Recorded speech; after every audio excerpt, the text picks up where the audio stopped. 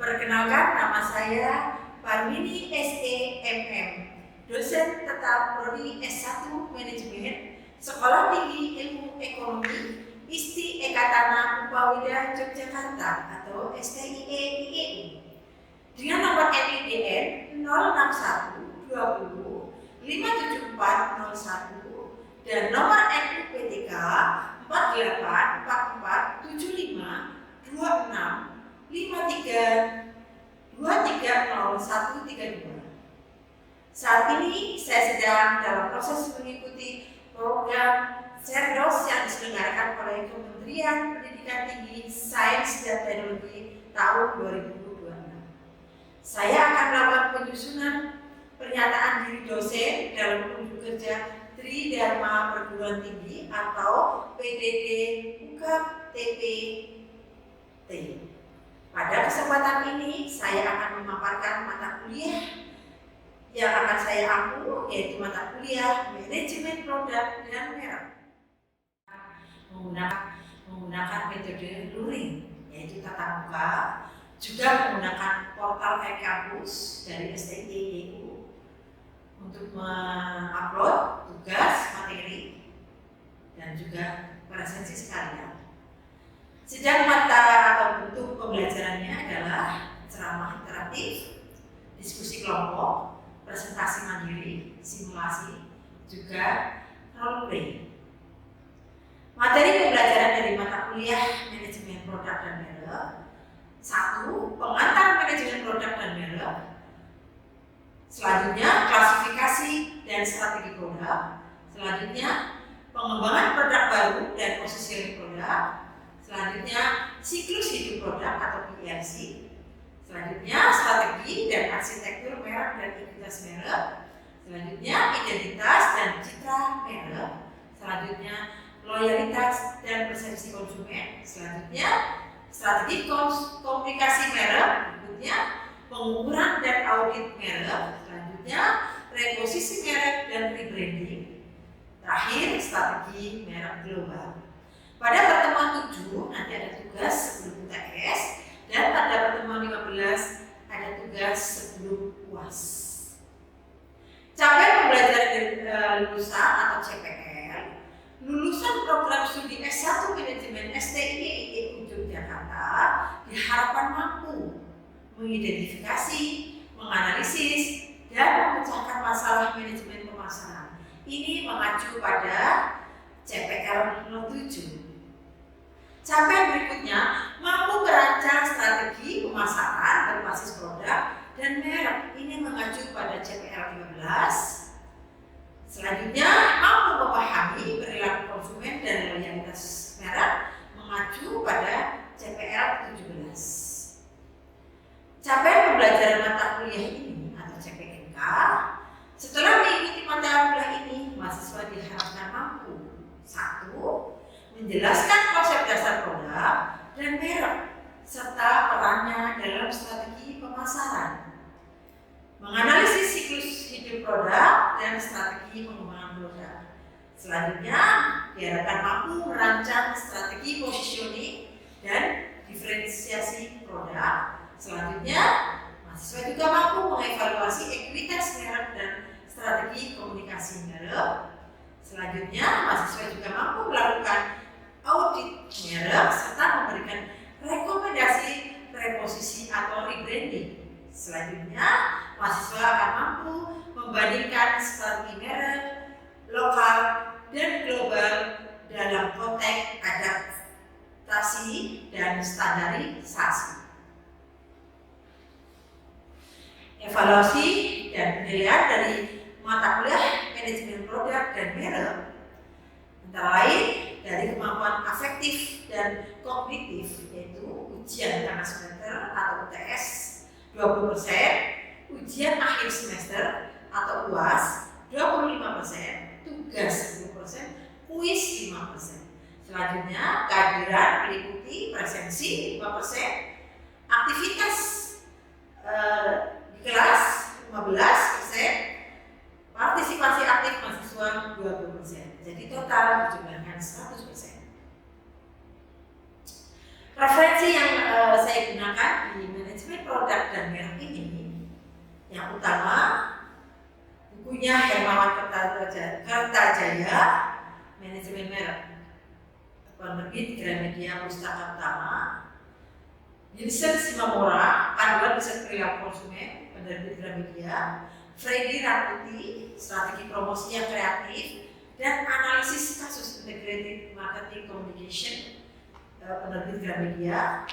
Kevin Lam Keller, Strategi Merek, penerbit Salemba 4. David Ecker, Manajemen Ekuitas Merek, penerbit Mitra Utama. Juga saya menggunakan buku ajar yang saya susun sendiri dengan judul Manajemen Produk dan Merek, serta jurnal-jurnal pendukung lainnya. Berikut ini saya tayangkan cuplikan pembelajaran saya di kelas, semoga memberikan gambaran nyata tentang apa yang saya sampaikan di kelas. Terima kasih. Assalamualaikum warahmatullahi wabarakatuh. Selamat pagi semuanya.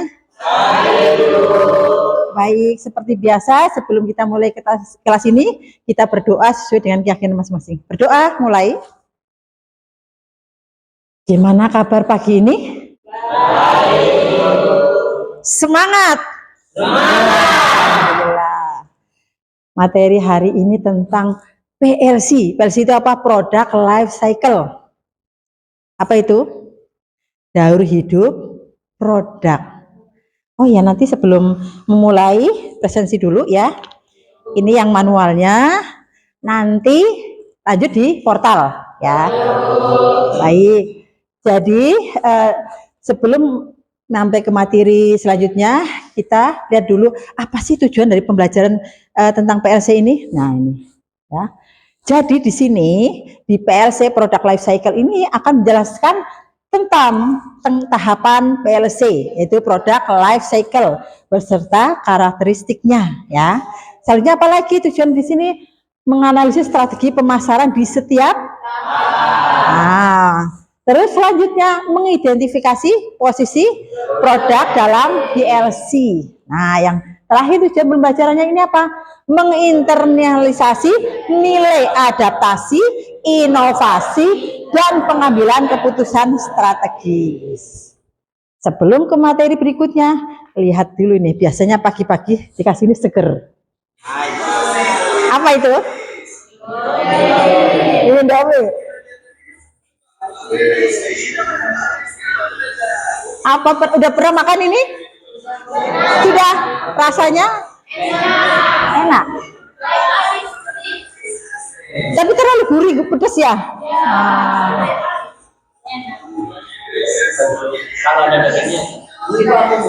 Apa? Ya, kebab rendang. Nah, jadi lapar? Nanti makan. Nah, dari itu nanti kok ada foto Indomie apain ya? Nah, kita tahu karena kita akan kaitannya dengan apa? PLC, Product Life Cycle, daur hidup produk. Daur hidup produk itu apa ini? Perjalanan produk dari peluncuran sampai ke penurunan, dari awal sampai benar-benar turun. Nah, itu PLC. Terus ada 4 tahapannya. Pertama, introduction, pengenalan. Kedua, grow, pertumbuhan, matang. Habis itu maturity, matang. Setelah itu decline, penurunan. Nah, untuk apa sih pentingnya belajar tentang ini dari PLC ini? Untuk menentukan apa? Strategi pemasaran, juga melakukan inovasi, juga memperluas portofolio produk. Ini ada kutipan dari Kotler sama Keller ya. Jadi PLC ini menggambarkan pola penjualan dan laba suatu produk dari waktu ke waktu ya. Terus ini awalnya tahap pengenalan. Karakteristiknya apa? Tentunya ada ciri-cirinya ya. Yang namanya tahap perkenalan ya. Produk baru luncur. Penjualannya masih rendah. Dibutuhkan promosi yang tinggi. Tentunya dengan edukasi pasar. Pasar yang nggak ngerti dikasih tahu. Terus promosinya intensif. Kemana-mana membuat apa media. Ada media sosial media. bisa billboard. Kalau sekarang jarang ya billboard ya, lumayan mahal. Terus audiennya juga nggak terjangkau semua ya. Ini sih ada simbol-simbolnya ya. Ini apa artinya megapon? Ibu lagi seneng ada gambar-gambar gitu.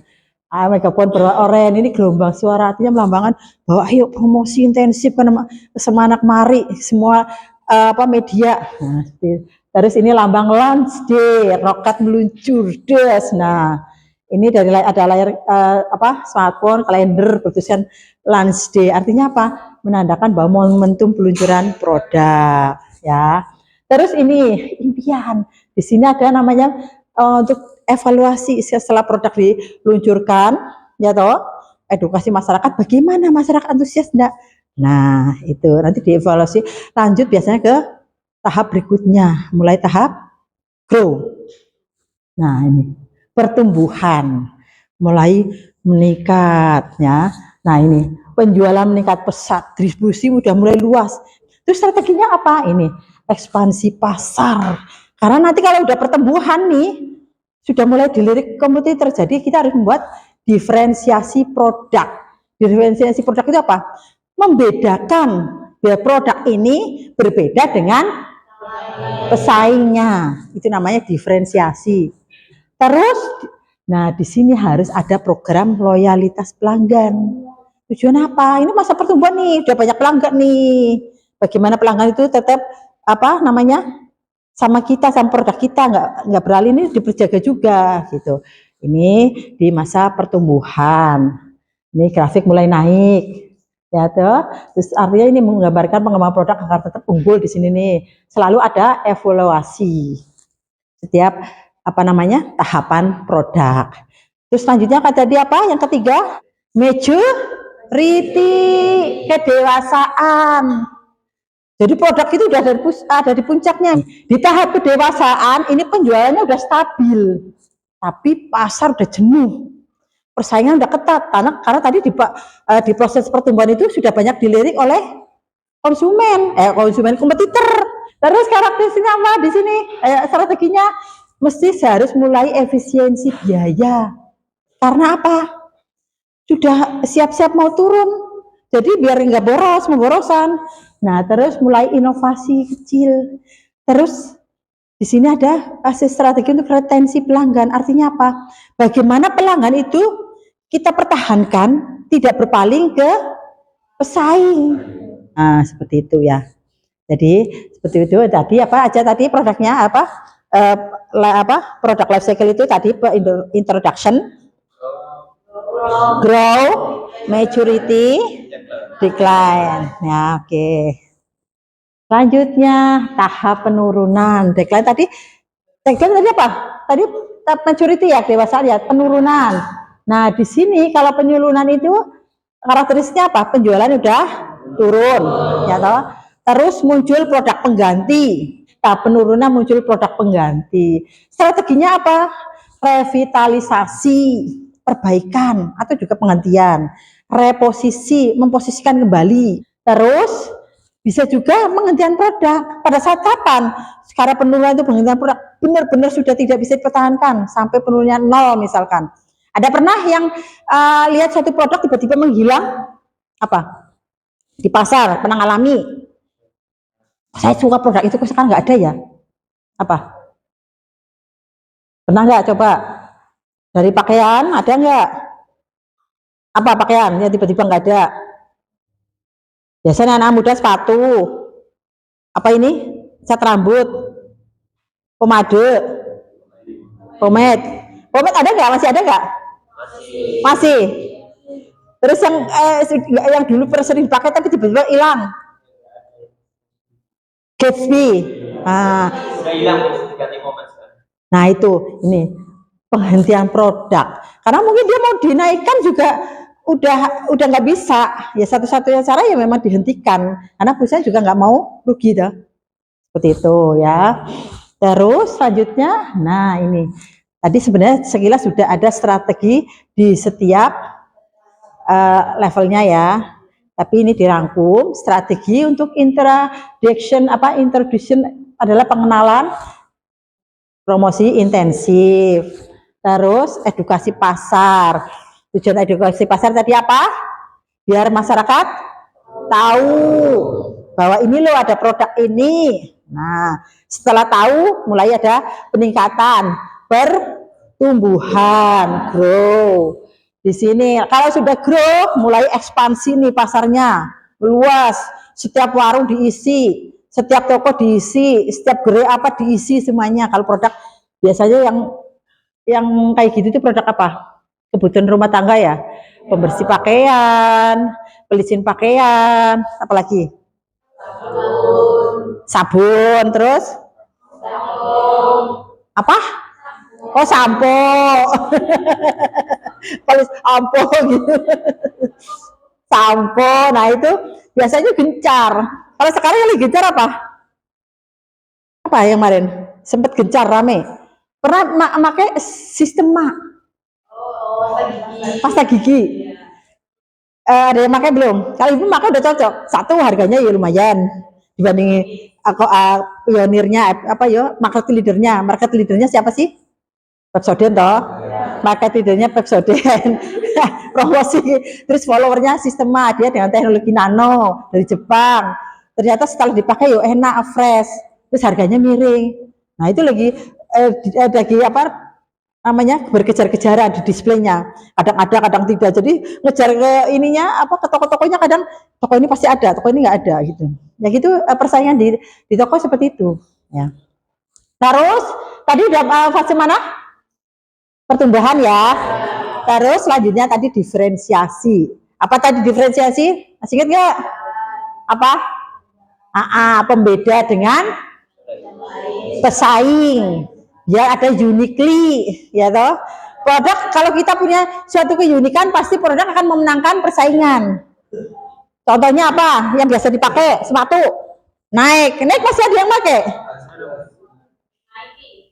Kemarin ibu nanya di beberapa mahasiswa itu kayaknya nggak pada pakai naik, tapi apa ya namanya? Terus setelah fase berikutnya apa tadi? Kedewasaan, ya toh. Itu udah di sini. Ini mulai efisiensi. Nah, kalau udah fase ini nih, strateginya revitalisasi atau hentikan. Terus kalau di penurunan sudah penghematan biaya, karena apa udah penurunan, penjualan juga turun, harus hemat. Terus mulai evaluasi ulang. Tadi mau apa ini? Mau lanjut apa tidak? Nah, seperti itu. Lanjut. Nah, ini contoh ilustrasi kasus ya. Contohnya produk minuman lokal herbal. Pengenalannya dia dengan promosi di media sosial. Terus pada masa pertumbuhan dia distribusinya ke supermarket. Terus nambah varian rasa. Mungkin tadi awalnya satu rasa. Contohnya apa? Misalkan yang pernah beras kencur. Dari mana itu variannya dulu? Produknya Jawa Wangi itu apa sih WT-nya? Nah itu kan dulu awalnya satu produk, awalnya ada varian. Tapi kalau yang lokal-lokal ada nggak sih? Itu kan pabrikan ya. Nah itu. Terus selanjutnya pada saat ini di pertumbuhan dia apa? Pendewasaan dia mulai, karena udah tahu nih buat ancang-ancang ini sebelum turun, dia mulai produknya memanfaatkan isu global. Isu globalnya apa? Go green, produk ramah lingkungan dan lain-lain. Nah dia mulai kemasannya ramah lingkungan, misalnya botolnya botol yang bisa didaur ulang. Terus herbal ini, minuman herbal pada saat penurunan dia mulai apa? Trennya mulai bergeser. Dia rebranding, formula baru dengan apa? Yang sekarang lagi muncul ramai itu kafe jamu. Itu audiens apa, targetnya siapa? Anak muda. Bagaimana anak muda yang minum jamu itu, kok rasanya gak enak? Mulai dikemas dengan ala-ala kafe, dikasih apa sih ya? Itu kayak smoothies itu, rasanya memang enak. Minum jamu tapi kok asik gitu. Terus modelnya kayak ala kafe. Nah, seperti itu. Itu saat penurunan. Berarti dia apa tadi? Kalau tidak dihentikan berarti direvitalisasi, yaitu diperbaiki. Nah, seperti itu. Selanjutnya ini untuk tugas minggu depan ya. Jadi nanti mahasiswa dibuat kelompok, lalu menganalisis suatu produk, pilih salah satu, nggak boleh sama semua kelompok. Setelah itu tentukan tahap PLC yang dipilih ya. Terus rancang strategi pemasarannya dari setiap level di apa? Di PLC, product life cycle itu tadi ada 4 itu ya. Terus nanti besok minggu depan dipresentasikan ya. Jadi begitu masuk sudah siap. Oke, jangan bilang ibu belum. Nah, mulai sudah siap bu. Nah, kan keren dong. Nah, sampai di sini belum ada pertanyaan? Ya, Vira. Itu mengapa produk UMKM jarang bisa mencapai posisi problem? Oke, produk UMKM ya. Produk UMKM memang biasanya berangkat dari apa? Needs. Needs itu apa? Kebutuhan. Jadi bukan berangkat dari market. Kalau needs, ya udah saya jual produk yang kayaknya laku kayaknya. Gitu. Akhirnya ngikut-ikutan. Oh di sana jual semar mendem, saya ikut jual semar mendem. Padahal nggak tahu semar mendem itu udah posisinya di mana nih. Jangan-jangan udah lagi decline. Tapi nggak ngerti. Kedua, kurangnya literasi tentang keuangan juga. Jadi permodalan masih menjadi kendala untuk pengembangan. Seperti itu.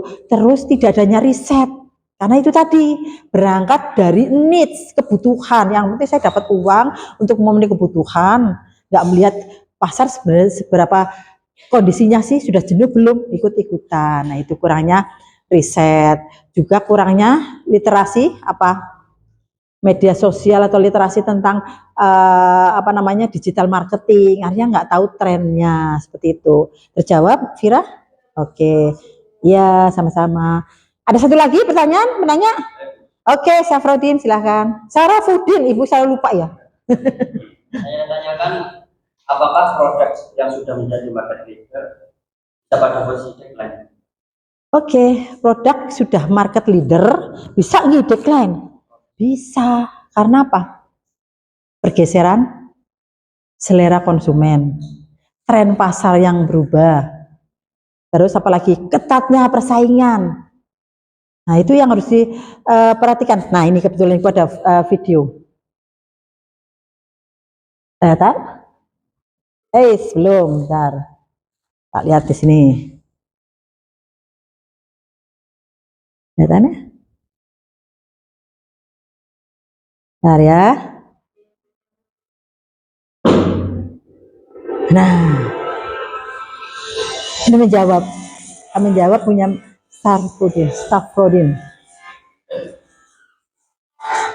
Pernah lihat ini apa? Nokia. Sekarang udah lihat fisiknya? Nah, ini dulu pernah menjadi nomor 1 market leader smartphone HP di Indonesia. Nokia sampai yang dulu N berapa itu harganya 9 juta, orang yang pada mau beli, yang bukaan gini lebar itu toh. Nah walaupun ada yang itu apa namanya HP yang gebuk maling ada toh Nokia. Nah itu, nah ini contohnya, ini adalah market leader bisa mengalami decline. Karena apa? Dia tidak mengikuti tren pasar. Waktu itu saat itu adalah orang menggeser ke apa Android.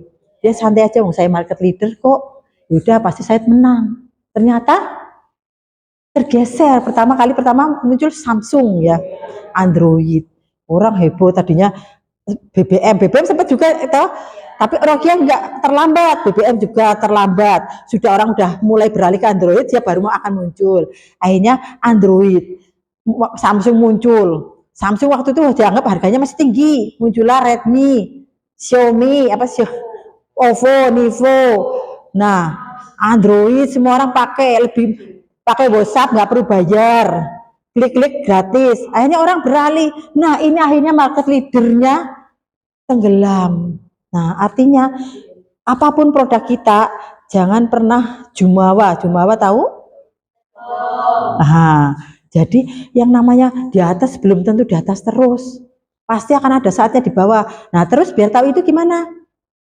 Pelajari marketnya, trennya, selera konsumennya. Terus apalagi?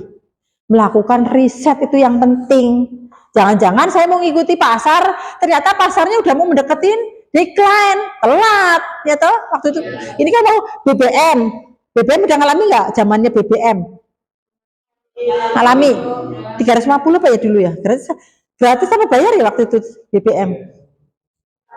Gratis. Cuma nggak se ini apa exciting punyanya Android ya, WA-nya. Nah, seperti itu. Artinya ya itu sama. Kita juga iya. Pada saat kita merasa berprestasi tinggi ya. Nah, di atas langit ada langit. Nah, itu ya. Baik, ada pertanyaan lagi? Enggak ya?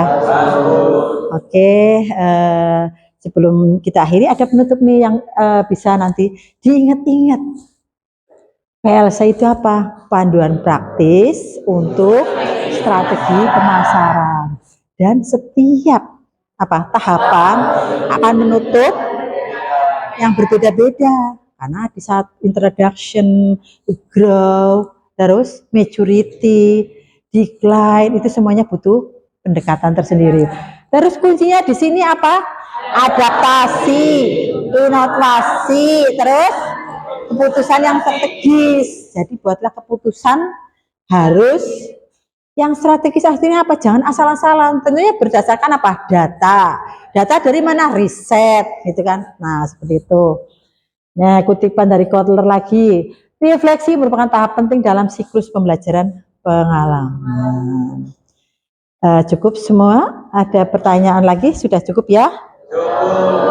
Baik, semoga materi hari ini akan menambah khasanah ilmu untuk seneng-seneng lah ngamati. Kalau di luar seneng ngamati nggak itu produk. Ibu kalau ngamati itu produk kenapa ya? Oh, ternyata seperti ini. Makanya kalau konsentrasi marketing itu akan asik. Kenapa? Hidup semua bisa diamati gitu. Baik, kalau nggak ada pertanyaan, kita akhiri kelas ini. Sebelum meninggalkan kelas ini, kita berdoa sesuai dengan keyakinan masing-masing. Berdoa mulai. Selesai. Akhirul kalam, Ibu mohon maaf lahir batin. Wassalamualaikum warahmatullahi wabarakatuh. Alhamdulillah, kita sudah menyaksikan tayangan pembelajaran saya di kelas dan sudah memenuhi unsur dia, delivery, interaction, dan assessment sebagai bagian dari syarat pengajuan sertifikasi dosen tahun 2026. Dan tayangan tadi menjadi gambaran nyata saya dalam berkomitmen melaksanakan Tridharma perguruan tinggi, khususnya di bidang pengajaran. Semoga video ini menjadi bahan pertimbangan yang baik dalam proses sertifikasi dosen yang saya ikuti. Dan terima kasih kepada Sekolah Tinggi Ilmu Ekonomi ISTI Ekatan Powida atau STIEIEU Yogyakarta, Kemdikti Saintek melalui Dirjen Pendidikan Tinggi LLDT 5 Yogyakarta serta tim sertifikasi dosen dan pimpinan STIEU Yogyakarta, juga mitra sejawat saya dan juga seluruh mahasiswa. Akhirul kalam. Assalamualaikum warahmatullahi wabarakatuh.